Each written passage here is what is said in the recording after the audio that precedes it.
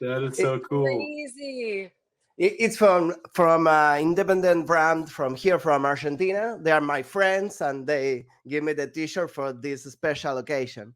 Oh, I love it. Amazing. We have the premiere tonight here in Argentina in a few hours. Ooh. We are very excited. Oh, That that's is awesome. exciting. Okay, I got a few questions for both of you. The first one is for David. David, in these movies, you had a lot of action scenes. Did you do them all alone, or are there others? Are the clown stunt doubles on set? Oh, I wish I could say I did it all myself, but no, I do have a stunt double on it, Bobby. He was fantastic in this version. He actually looks so much like me in the costume. We had fun fooling people on set. We started adapting each other's mannerisms, and we would just mess with everybody on set. Wow. like Krusty the Clown and Homer Simpson. Yeah. Oh yeah, it was great. Bobby made me look like a badass in a lot of this. And then a few times I would have people fill in for my arms or legs if I was in the makeup chair or doing something like that. Or I have horrible depth perception and I don't want to mess up a shot, so I'll let someone else fill in for my arm if it's like a one shot at a prosthetic or something, because I don't want to be the one to ruin it. Okay.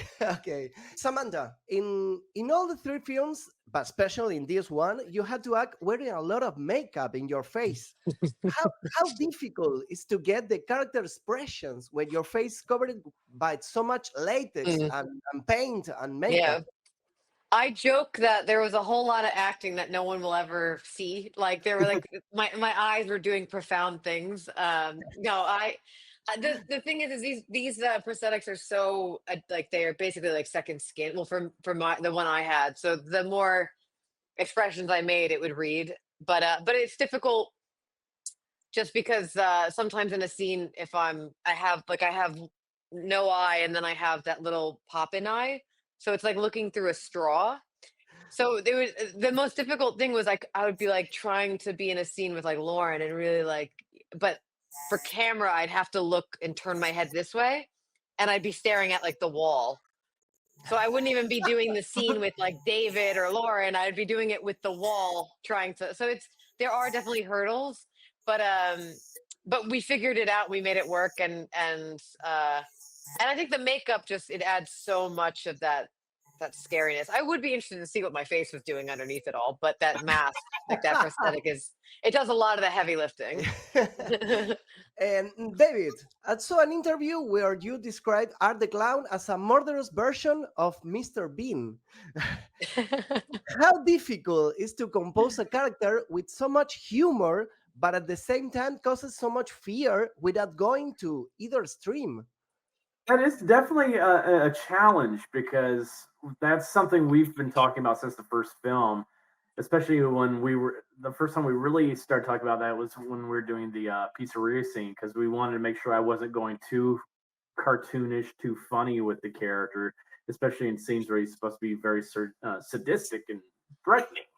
And we don't want to go too campy with things where he seems just like a cartoon character and we lose the scary vibe to the character. And so going into part 3, that is definitely something we want to come back to, in like the sinister version of Art. And that's why one of the first scenes in the movie is a very, very, very serious, non-funny version of Art, just so people are reminded, oh yeah, this guy is also a killer. He is horrible, horrible, horrible, evil. And yeah, he can sometimes do funny things, but also he is evil. So we're always striving to find that balance between the horror and the comedy, and it's definitely a fine line that we have to walk.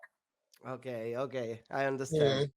Now, Samantha, before this film, you say that they called you to play normal characters as a girlfriend, a friend, a sister, but here was quite the opposite.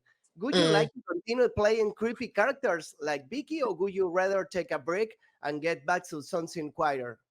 Give me more Vicky. I was joking, because the truth is I've always been called in for these roles, which I've loved and I honor, but I really love characters that are more towards that kind of darker, complex side. But I had a lot of fun just being straight villain. Like that was there's just something so fun about going there, you know. It's and yeah, so give me more of that. I'll take it any day. I'm Yes, I hoping. love I'm it. like, I'm ready, everyone. I love it. The last question is for both of you. There's a lot of Art the Clown and Terrifier merchandising going around, like T-shirts or Mm. masks or everything. Is there an element that has particularly caught your attention, or something that you would like to see done that no one has done yet? Oh, Oh boy, that's a great question. Because there's so much out there I'm like, now. they So need a baby Art the Clown. Like how you know, yeah, like how, which I love. There's so I much don't out there. know. I'm like, I mean, personally for myself, I would love to see art included in like a video game like Dead by Daylight or Fortnite, or especially for me, I would really love to see him in Mortal Kombat as a DLC Oh, character. sick. Wow, I love it. Sick. Yeah, I'm a lifelong like Mortal Kombat fan from the Mm, first game when it was in the arcade. So I'm like, that would be a yes. dream come true for me. Fighting again Freddy Krueger or Oh Jason yeah. Voorhees. I Like mean, in that's what they need to do is just make a fighting game of all these horror villains and heroines and heroes and stuff like that, and just have them duke it out. I think that would be amazing. Yes. I love it. I hope Vicky gets a Funko Pop because I still want the Art the Yes, Clown Funko Pop. yes. I want, and I think I think there should be a mask only because if anyone ever wants to cosplay Vicky, it'd be really hard to not have a mask. It's Yeah. like I give a lot of credit. I saw a few. Damien had sent me a few things of people dressing up like Vicky and did the face, and that's Mhm. so cool because it's so Yeah. hard. How do you do that face without a mask? It's crazy. But I'm Me excited. too. There'll be more Art the Clown merch, and I'm excited to see where it goes. Everybody want more. Oh, they even have Always. body pillows now. I'm like, what the? They have tea towels. They have towels that go in your bathroom. Yeah, it's ridiculous. So weird. Like while you're washing your hands, it's just like you wipe them on the towels. It's weird. Wow. Gotta wash the blood off somehow. So there you go. Exactly. Exactly. Mhm. Okay, that's it. Thank you so much for your time and congratulations for the success. Thank you very Encantada, much. Magnus. Hola. Okay. I love your shirt. Ah, That's fantastic. Wow, very cool. it's from a brand from here. I'm from Argentina. Oh, The amazing. brand is Bite Back. That's so It's an cool. independent brand. Love it. They are my friends and they Oh, give me so this. great job. Very cool. Congratulations for the movie. I just saw it. It's excellent.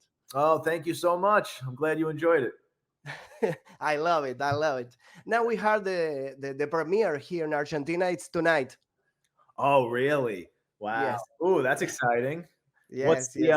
What's the buzz like? What's the atmosphere? Are people excited for it out there? Yes, a lot of people sending messages to my Instagram for can get into the premiere, but I don't have nothing to do. I'm not the I know, I get the same I'm message. just an influencer over here. I don't have tickets. That's cool. I'm glad people are excited though. That's very Yes, a lot of people. wonderful. I just have 3 or 4 questions. Yeah, sure. You started with a short film, then a film with a little more budget, then another film with a little more budget, and another, and now we are here. Yeah. Is it difficult to maintain the spirit of an independent film when you have an increasingly bigger budget? How do you make it? It hasn't been difficult because I still kept basically the same team around me and the same method of making films. So there's never been sort of an outside influence saying you have to change the way you're making the movie or you have to bring in a different director of photography or anything like that. So it's always been me at the helm controlling everything. But what changed on this one was we had the most money. So on one level, I was able to bring in a much bigger crew virtually out of necessity, just because of how much money you have and how much more equipment you have. You need crews to come in now and handle all of this equipment, all of these lights, and I hired a makeup team for the first time. This is the first movie where I didn't do the special makeup effects. So now I had a whole Hollywood makeup team coming in. Christian Tinsley did an incredible job.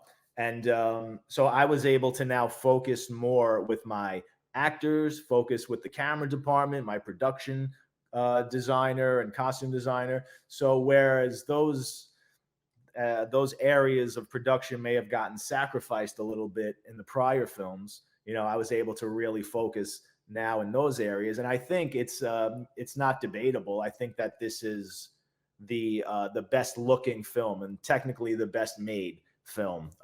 Whether or not it's your favorite is always going to be subjective. I mean, now the movie's been out for weeks in the States, and I read all the comments, so I see people who still absolutely love part 1, love part 2, and a lot of people think part 3 is the best one, which is wonderful because they're each a different flavor. And so it's not, and that's one of my goals is I don't want to keep recycling the same movie over and over again. I want to keep bringing a new vibe and a new, just like I said, a new flavor, but making sure that the spirit of the franchise is always the same. There's a common thread through all of them. Okay. I am convinced that a large part of the success of the franchise lies on art design. I know people who didn't watch the movie, so don't know his name, but they know this clown with black and white. I just convinced that this is part of the success. How did you design this iconic character with this clothes, this face, this nose? Yeah, thank you so much. I appreciate that because a lot of people would come up to me and originally and would say how they discovered this movie was scrolling through Netflix and they would just see his face, not knowing anything about the movie and say, I don't know what that's about. So I appreciate that. That comes from me being obsessed with visuals as a kid and monsters as a kid, and especially really cool, interesting looking monsters. All of the slashers that we admire have these really fascinating looks, or else they wouldn't work as well as they do. You know, Pinhead, Chucky, Jason, Freddy, Michael Myers, they all have these fascinating designs. So I knew when I design any creature or any character, I'm always trying to design it as if it deserves to be in a comic book or something like that. So when it came to designing Art the Clown, I just said, this is my maybe only opportunity to design a killer clown. And I want it to be the scariest clown, something that would really freak me out as a horror fan. And when I decided to do that, I said, he can't look anything like Tim Curry's Pennywise, because that at the time, he's the king. So if I'm going to play in this sandbox, I have to be completely original and completely different. So I have a lot to thank that character for, because he's the reason why Art the Clown is very, his colors are very mute. He's just black and white. He's not colorful. He doesn't have the hair. He doesn't have the red nose. So I kept him very basic and very simple. And being a makeup effects artist, I knew I wanted to create a prosthetic for him and not just be an actor where I put paint on his face. So I said, I'm going to take these just classic images of these characteristics of a devil or a witch and a zombie and infuse them all into the way I sculpt this character. And it's going to make him look so much creepier. So it's just all those little things, putting all those little pieces together. And then, you step back and before you know it, I'm shooting my first short film and there's Art the Clown standing across from me. And I'm like, and it hits you. You don't really know what's working, why it's working, but we all knew when we saw that character, it was cool. We knew there was something striking there. So it was special. It was a special thing. You kind of felt it in the moment, but you didn't know by any means that character was going to become was going to get to this level. Yeah. I love the design. I love it. Thank you. This time we know a little more about Art's lore, his history. We will know his complete history, perhaps in the form of a prequel, or do you prefer it to remain a mystery forever? I love the ambiguity and the mystique of the characters, I think they're always going to be much creepier that way. And especially the more you keep building, the less you're going to live up to people's expectations, because now the fan base is building their own theories in their head. But that's the beauty of it, is when you give the audience enough puzzle pieces but not everything. You don't pull the curtain back, because then this allows them to speak to one another and have conversations and say, oh, this is what I think Art the Clown. Did you pick up that piece right there? That's why I think this is what he is, or that. So I love that, but I think it's my job as a filmmaker and as a writer in particular to give the audience as much information as possible. So as we go forward, you are going to get a lot of information about Art the Clown, and certainly all of the information regarding the lore between the good versus the evil, and Sienna's role in this, and the role of the demon that is the little pale girl.